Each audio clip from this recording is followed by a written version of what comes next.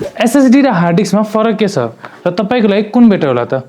सुरुमा दुवैको difference बुझौँ। एसएसडीमा moving part हुँदैन, यसले डाटा चिपबाट डाइरेक्टली रिड गर्छ। तर हार्ड डिस्कभित्र मेकानिकल डिस्क हुन्छ जसले डाटा रिड र राइट गर्न टाइम लाउँछ। त्यही भएर एसएसडी धेरै फास्ट हुन्छ।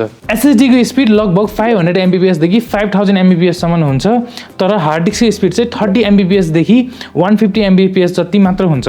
त्यही भएर एसएसडीमा फाइल ट्रान्सफर छिटो हुन्छ र एप पनि अलमोस्ट इन्स्टेन्टली लोड हुन्छ। हार्ड डिस्कमा चाहिँ सबै कुरा अलिक स्लो फिल हुन्छ।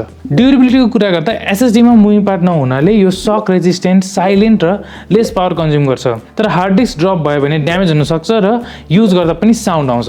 मलाई पहिला लाग्थ्यो धेरै स्टोरेज हुनाले मेरो प्रोडक्टिभिटी बढ्छ, तर 3वटा हार्ड डिस्क किनेपछि मैले के बुझेँ भने आई वाज कम्प्लिटली रङ। एसएसडीमा अपग्रेड गरेपछि मेरो वर्कफ्लो कम्प्लिटली चेन्ज भयो।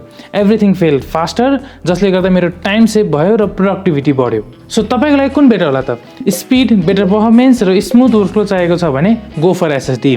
तर सस्तोमा तपाईँलाई धेरै स्टोरेज चाहिएको छ आफ्नो डाटालाई ब्याकअप र आर्काइभ गर्नको लागि, then go for hard disk.